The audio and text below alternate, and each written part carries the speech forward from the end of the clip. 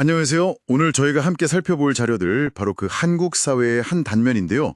그냥 쉬고 있는 청년들 이야기입니다.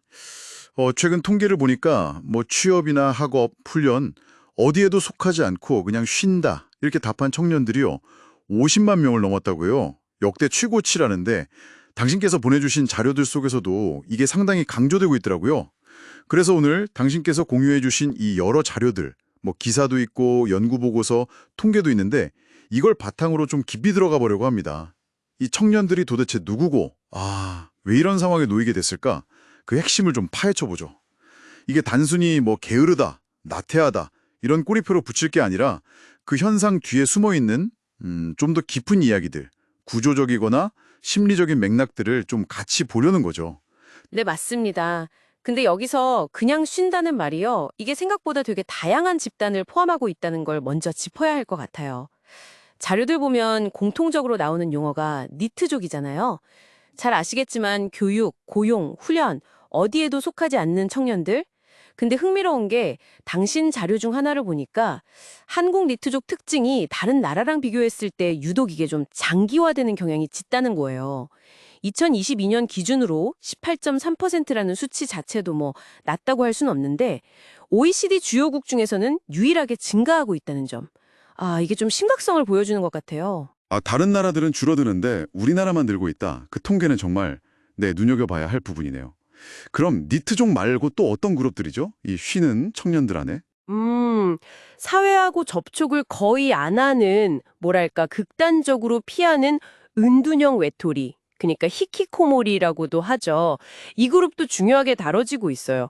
그냥 집에만 있는 걸 넘어서 아예 사회적인 관계망 자체가 거의 끊어진 상태. 이걸 의미하는 거죠. 그리고 또 자료들을 보면 연애나 결혼, 출산 같은 걸 포기하는 그 N포 세대 있잖아요. 그 정서가 이런 쉼 상태랑 연결된다고 지적해요. 포기가 좀 일상화된 세대의 모습이랄까 그런 게 반영됐다는 분석이죠. 그렇군요. 니트족, 은둔형 외톨이, 엠포 세대, 정말 다양한 모습이네요. 그럼 근본적인 원인, 자료들은 어디에 있다고 보나요? 일단 구조적인 문제부터 짚어볼까요? 네, 자료들이 공통적으로 지적하는 핵심적인 구조적 원인들이 몇 가지 있는데요. 첫째는 역시 고용시장 문제예요. 불안정성 그리고 양극화. 소위 말하는 괜찮은 일자리는 너무 한정돼 있고 그 외에는 좀 불안정하거나 질 낮은 일자리가 많다. 이런 현실이 청년들을 좀 지치게 만드는 거죠. 그리고 둘째로 당신께서 보내주신 기사 중에도 그런 내용이 있었는데 기업들이 자꾸 경력직을 선호하고 또 수시 채용을 늘리잖아요. 이게 신입들한테는 보이지 않는 되게 높은 벽이 되는 거예요. 준비 기간은 계속 길어지는데 막상 취업문은 더 좁아진 것 같은 느낌. 그런 거죠. 경험을 쌓을 기회조차 얻기 힘든 상황이군요. 그 경력 같은 신입이라는 말이 진짜 괜히 나온 게 아니네요. 아, 또 다른 구조적 요인도 있을까요? 셋째로는 자료들이 부의 대물림 문제, 그리고 기회 불평등에 대한 어떤 깊은 좌절감, 이런 걸 지적하고 있어요. 결국 부모 잘 만나야 성공하는 거 아니냐, 이런 인식이 좀 팽배해지면서 노력만으로는 계층 이동이 어렵다, 이런 생각이 청년들 의욕을 많이 꺾는다는 분석이죠.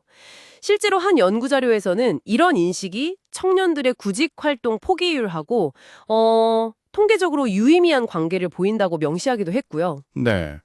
구조적인 벽 앞에서 좀 무력감을 느끼는 청년들의 모습이 그려지네요. 근데 자료들은 심리적인 요인도 중요하게 다루고 있잖아요. 맞아요. 구조적인 문제랑 이게 딱 맞물려서 심리적인 어려움도 크게 작용하는 것 같아요. 계속 서류에서 떨어지고 면접에서 실패하고 이런 경험이 반복되면 자존감이 당연히 낮아지고요. 또 사회가 요구하는 어떤 성공 기준하고 자기 현실 사이의 괴리감, 이런 것 때문에 우울감이나 무기력증으로 이어지기도 쉽고요. 당상자료 속 인터뷰 같은 걸 봐도 몇 번 떨어지고 나니까 다시 지원할 엄두가 안 난다. 아니면 내가 뭘 할 수 있을지 잘 모르겠다. 이런 목소리들이 많았죠. 네. 심지어 일부는 헬조선 탈출론 이런 얘기하면서 아예 해외로 나가려는 생각도 한다고 자료에 나와 있더라고요. 그만큼 국내에서의 가능성을 좀 비관적으로 본다는 거겠죠. 그렇죠. 특히 저희가 주목해야 할 통계가 하나 있는데요. 3년 이상 장기 미취업 청년들 있잖아요. 그중에서 무려 34.2%가 그냥 쉰다고 답했다는 점. 이건 이 쉼 상태가 그냥 일시적인 선택이 아니라 이게 길어지고 아예 고착화될 수 있다는 아주 강력한 경고 신호로 봐야 해요. 통계청에서 잡는 쉬었음 인구 증가, 이게 단순한 개인의 선택 문제를 넘어서 어떤 사회 구조적인 문제랑 거기서 오는 심리적인 탈진, 이런 게 결합된 결과다. 이 지점을 여러 잔료가 공통적으로 강조하고 있습니다. 와, 34.2%. 정말 가볍게 볼 수치가 아니네요. 오늘 저희가 당신께서 보내주신 자료들을 통해서 이 50만 명이 넘는 그냥 쉬는 청년들 현상, 그 이면을 좀 깊숙이 들여다봤습니다.